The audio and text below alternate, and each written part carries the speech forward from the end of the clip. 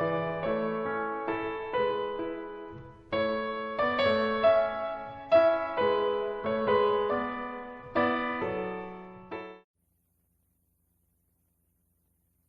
rey de la creación, porque maneja los talvas, porque puede manipularlos a voluntad.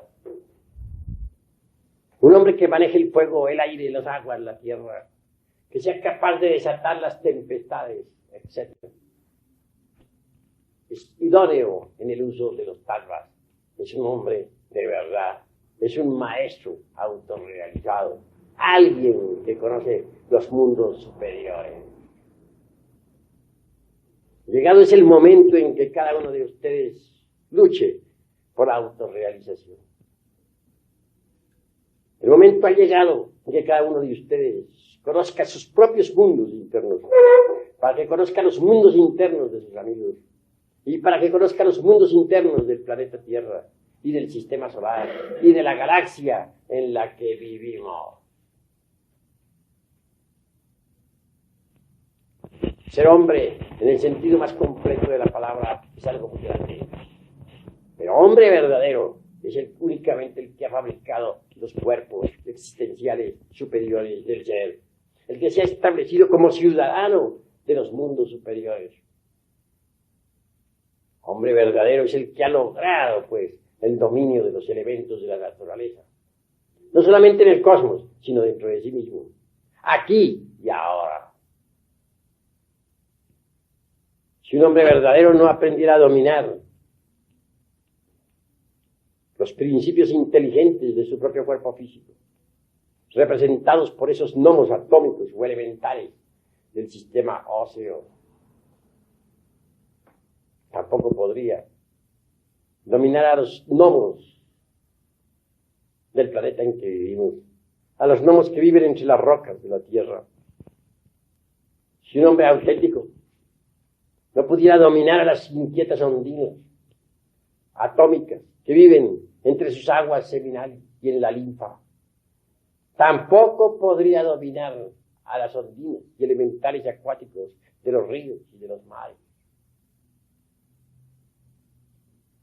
Si un hombre verdadero no pudiera dominar el aire de sus pulmones, si no tuviera capacidad para controlar, en verdad, a los elementales de su propia mente, a esos que juegan con las sustancias de su entendimiento, a esos que bullen y palpitan entre sus inquietudes inteligentes, tampoco tendría poder para dominar a los silfos de la naturaleza, a esos que gobiernan las nubes, a esos que les hacen, que mueven el huracán y la tormenta.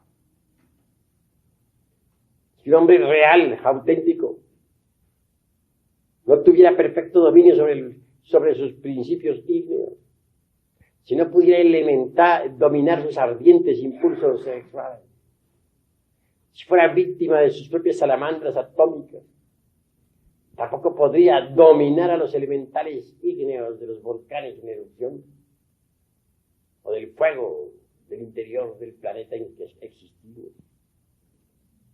Así que, para poder manejar los talvas, tenemos que empezar a manejar nuestros propios impulsos dentro de sí mismos, los elementos naturales que nosotros tenemos. Si un hombre no aprende a dominar su cuerpo, mucho menos podrá dominar al gran cuerpo llamado Tierra.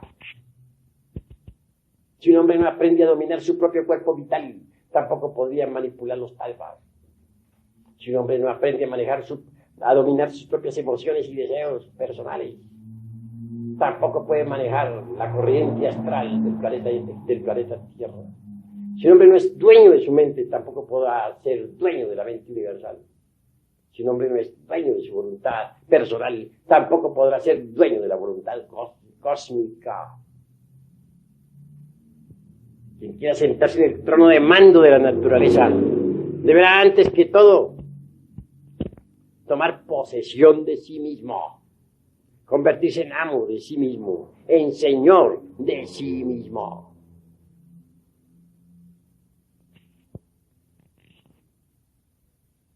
Ser rey de la naturaleza es algo grandioso. No es posible ser rey de la creación si uno no se ha hecho antes rey de sí mismo. Para llegar a ser rey de sí mismo, es indispensable aprender a negarse a sí mismo. Raros son los que se saben negar a sí mismo. Solo aquel que aprende a negarse a sí mismo puede sentarse en el trono de mando para gobernar a la naturaleza entera. Solo el hombre que aprende a negarse a sí mismo adquiere poder sobre el fuego de los volcanes en erupción y puede hacer temblar la tierra. Solo el hombre que aprende a negarse a sí mismo puede apaciguar las tempestades. Solo el hombre que aprende a negarse a sí mismo puede desatar los huracanes. En tanto uno no haya aprendido a negarse a sí mismo, es un débil, un incapaz, una criatura víctima de la circunstancia. Negarse a sí mismo aparentemente es muy fácil. En teoría, en frío, cualquiera se siente capaz de negarse a sí mismo. En caliente es diferente. Quisiera poner algún ejemplo de negación de sí mismo. Apelaré a la cuestión de las bodas matrimoniales con tal de insinuar ideas. Tengamos el caso de alguien que se casará siendo alquimista. Bien sabemos que el alquimista maneja el vidrio líquido, flexible, maleable. O hablando en otros términos, el esperma sagrado. O el azogue, como también se le dice, el azogue en bruto. Obviamente un alquimista no puede jamás derramar el vaso de Hermes. Yo no concebiría un alquimista dedicado a la gran obra derramando el vaso de Hermes Trismegisto, el 3 veces grande dios Ibis de Pau. O en otros términos más concretos, llegando hasta la eyaculación del semen durante la cópula química o metafísica. Si un alquimista procediera de esa forma, fracasaría. De hecho, en la ciencia de la transmutación metálica, se ha casado. Y debido a la sobreexcitación sexual, sabe que si realiza la conexión del Lingam Yoni y Pudenda en su primera noche de bodas, perdería el mercurio de la filosofía secreta. Sin embargo, el peligro es grave. La Tanor, es decir, su esposa, podría exigirle el cumplimiento de la cópula química, pero él sabe que fracasaría. Negarse sería lo indicado, y debe negarse, aunque la sacerdotisa proteste. En frío, todos dicen que sí. En caliente, no hay nadie que sea capaz de hacerlo. Ahora, supongamos que no se trata de un elemento masculino. Supongamos que una mujer se dedica a la alquimia y al dominio de las ciencias esotéricas. Se casa. Obviamente ha de realizar la cópula metafísica en su primera noche de boda. Mas teme que al realizarla pudiese llegar a eso que en fisiología orgánica se conoce como orgasmo, pérdida de la energía creadora del tercer logo. Debe negarse esa noche. No se halla en condiciones. ¿Podría hacerlo? Cualquier dama en frío diría, sí, lo hago. Pero en caliente las cosas cambian. Y no estoy dándoles a ustedes sino una pauta, una idea de lo que es negarse. Trataría algo terrible. En tanto un hombre o una mujer no se nieguen a sí mismos, no sean capaces de sacrificar la parte animal por amor al Cristo íntimo, al Logos. Tampoco sean capaces de sentarse en el trono de mando de la naturaleza para gobernar al universo entero. quiera poder, puede adquirirlo si se niega a sí mismo. Un ejemplo concreto tendremos nosotros en el poder para hacerse invisible. Es posible lograr ese poder. Es maravilloso. Pero necesita uno negarse a sí mismo. Sí, en instantes en que un ser querido exhala su postrer aliento, renunciamos al dolor que nos ocasiona tan nefasta pérdida. Hay negación de sí mismo. Lo más natural es que viendo nosotros a nuestra madre que ha muerto, o a un hijo, o a un hermano, o al padre, o a nuestro padre terrenal, caigamos en la desesperación. Así en ese preciso instante nos negamos a sí mismos. Y aquel dolor es sacrificado en aras del poder esotérico para la invisibilidad. Si en ese momento ese supremo dolor lo transformamos mediante la meditación consciente en el poder para hacernos invisibles, la realidad será que adquiriremos por tal motivo tan precioso poder. ¿Quién es capaz de hacerlo? ¿Cuál sería capaz de sonreír de verdad, renunciando al dolor ante el lecho de su madre muerta? ¿Cuál sería capaz de sacrificar ese dolor, de renunciar a él ante el lecho de su padre o de su esposa fallecida? Imposible. Es muy difícil hallar a alguien con esa capacidad. Entonces, ¿cómo aprender a hacerse invisible si no somos capaces de conseguir el poder? Para conseguirlo hay que negarnos a sí mismos. Y si no nos negamos, ¿conseguiremos acaso tal poder? Los poderes ante nosotros están, pero implican sacrificio y negación de sí mismos. Por ejemplo, el combustible que hace mover una máquina que arrastra un ferrocarril en marcha debe ser sacrificado en aras de la energía motriz o del tren. Vemos así que ese combustible, mediante el sacrificio, se convierte en una fuerza distinta, se convierte en movimiento, en un poder que arrastra a un vehículo a lo largo de los rieles.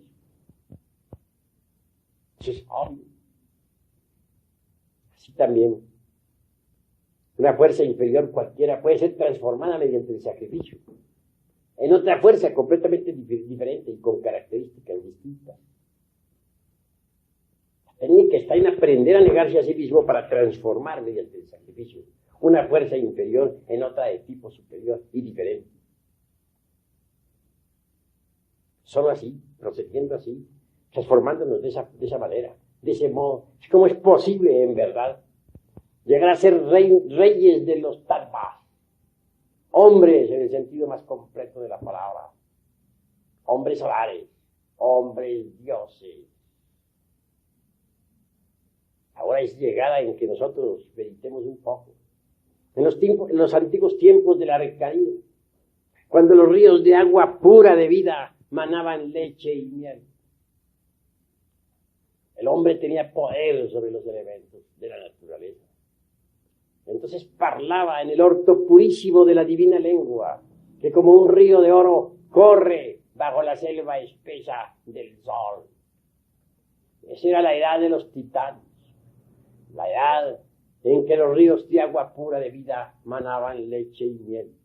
Entonces no existía ni lo mío, ni lo tuyo, y todo era de todos, y cada cual podía coger del árbol del vecino sin temor alguno. La humanidad no se había degenerado, poseía el poder sobre los tattvas. Ahora necesitamos la reconquista de ese poder, pero para conseguir tales facultades se hace necesario el sacrificio, la renuncia de sí mismo, la transformación radical. En esta institución vamos a enseñarles a ustedes el camino que los conducirá al superhombre. Ha llegado la hora del superhombre. Ha llegado la hora en que nosotros debamos empezar por crear al hombre. Incuestionablemente lo primero será la creación del hombre.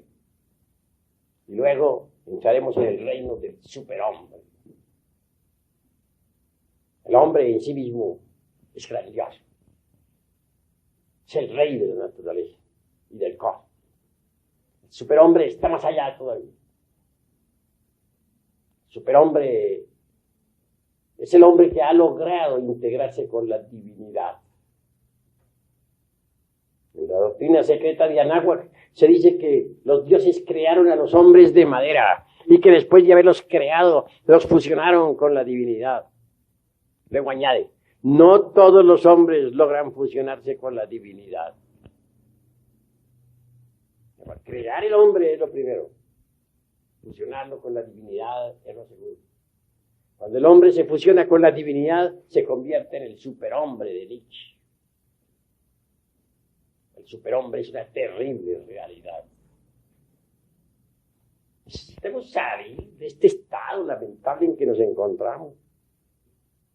Hasta ahora somos vísceras piltrafas en el lodo del mundo.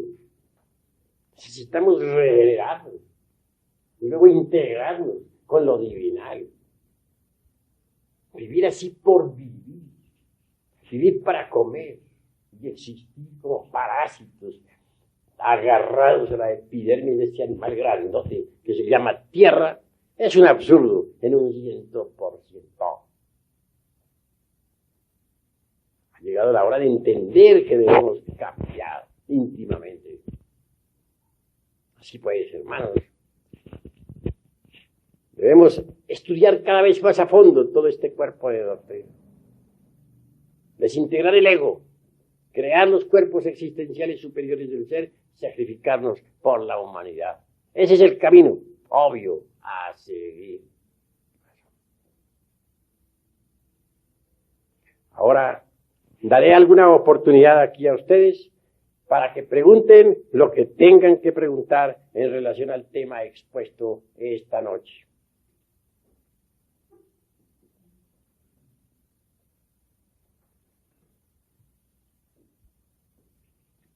A ver, el que quiera preguntar algo puede hacerlo con la más entera libertad. Sí, hermano. Por principio de cuentas, es necesario ser honrado consigo mismo. Claro, está que sí. Si uno no es honrado consigo mismo, se engaña a sí mismo. Y si a sí mismo se engaña, se perjudica a uno mismo. ¿Existe la moral? Sí, cada pueblo tiene su moral. La moral es esclava de las costumbres, de los tiempos y de los lugares. Lo que en un tiempo fue moral, hoy es inmoral, o viceversa. Lo que en un país es moral, en otro es inmoral. La moral también es hija de los prejuicios. Nosotros necesitamos pasar más allá de todo código de moral. Necesitamos entrar en el reino de la comprensión creadora, en el reino del superhombre. ¿Alguna otra pregunta? Indubitablemente, todos los códigos de ética que se han escrito en el mundo, todos los códigos de moral, resultan francamente reaccionarios, conservadores, regresivos y retardatarios. Uno lo que tiene que hacer es un balance de sí mismo. Uno tiene necesidad de hacer un inventario de sus propios valores para saber qué le sobra y qué le falta. Y entonces caminar por donde debe caminar, de acuerdo con sus necesidades psicológicas.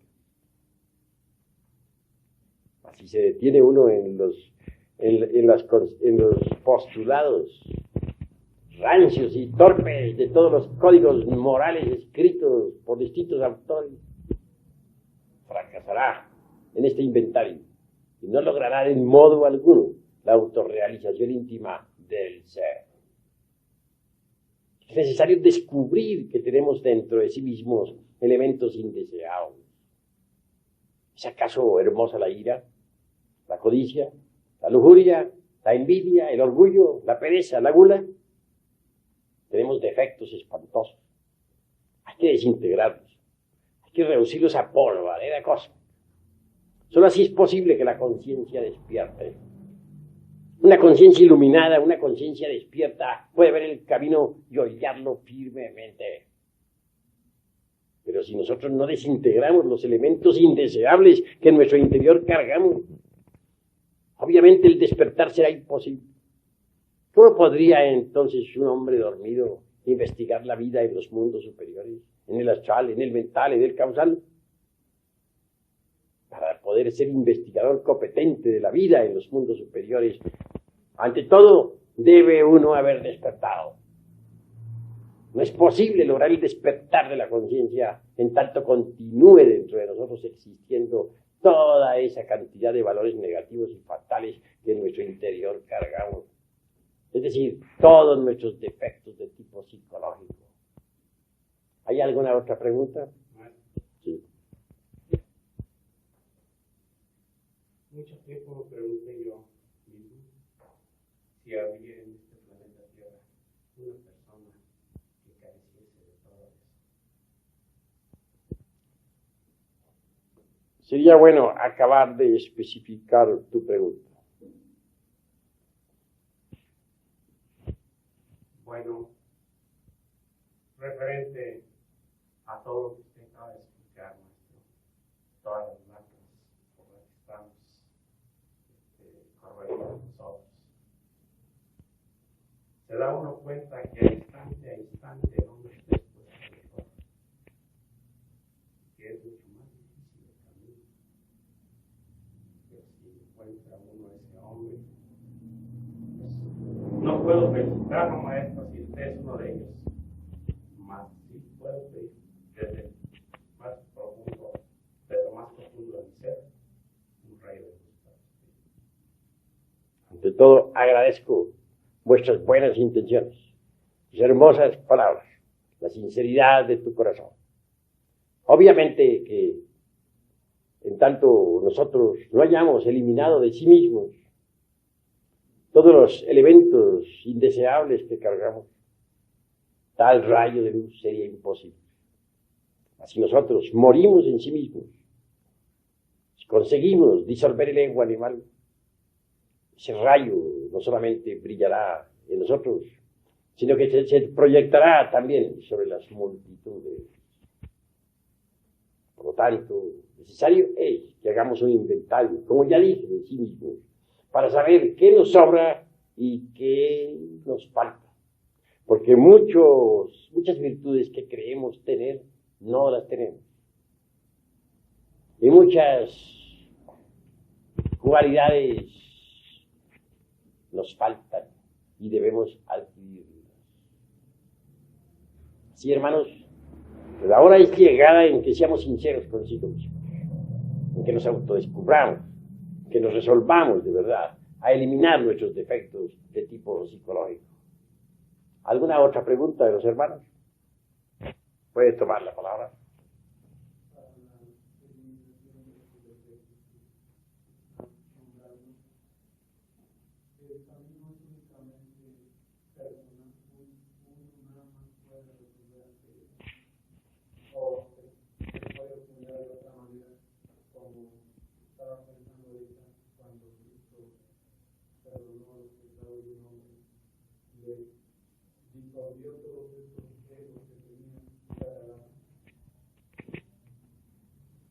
Pues ciertamente, cada uno de nosotros tiene que hacer el trabajo dentro de sí mismo. El maestro solamente puede mostrar el camino, y eso es todo. Obviamente es en el terreno de la vida práctica, en relación con nuestros amigos, con nuestros familiares, en la calle, en el templo, o en la escuela, o en el trabajo, donde debemos autodescubrirnos. En la interrelación existe autodescubrimiento, cuando estamos alertas y vigilantes como el vigía en época de guerra. Sucede que en la interrelación los defectos escondidos afloran espontáneamente.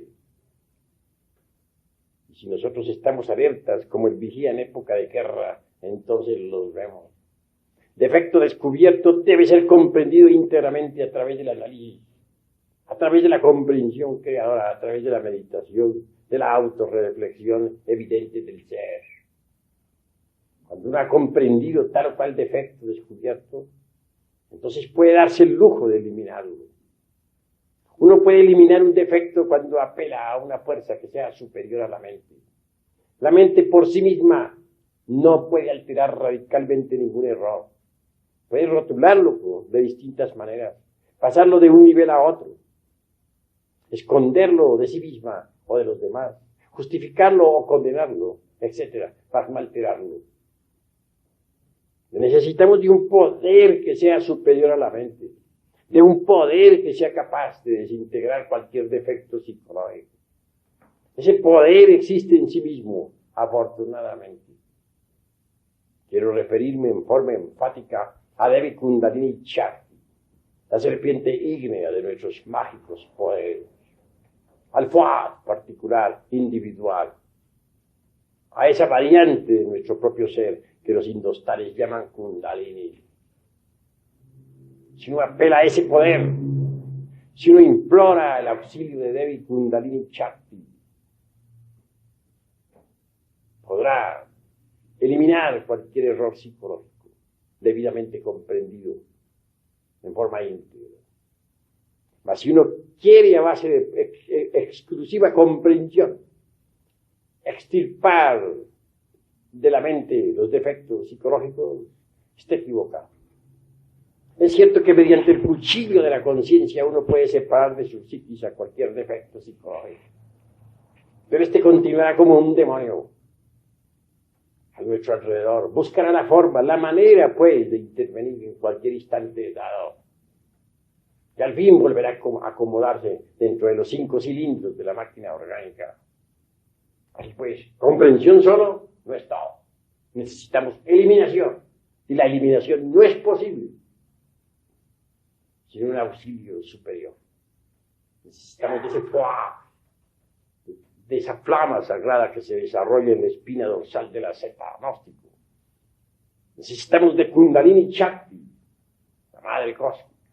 Solo ella, la divina madre cósmica, particular, individual, de cada uno de nosotros, puede eliminar de nuestro psiquis el defecto que previamente hayamos comprendido en forma íntegra en todos los departamentos de la mente. Y ahí pues el camino obvio a seguir. Primero hay que descubrir un defecto, después hay que comprenderlo y por último eliminarlo. A los espías en la guerra primero se les observa, segundo se les sienta en el banquillo de los acusados y tercero se les lleva al paredón de fusilamiento. Así también debemos hacer nosotros con nuestros defectos psicológicos, con los yoes defectos, con los yoes que en nuestro interior cargamos. ¿Hay alguna otra pregunta? La madre cósmica es lo mismo que hizo referencia anteriormente a las dos almas que tenemos, la humana y la espiritual, la femenina y la masculina. ¿Se refiere la madre cósmica al alma espiritual? No me estoy refiriendo a eso. Me estoy refiriendo a la cobra sagrada de los misterios de Leú.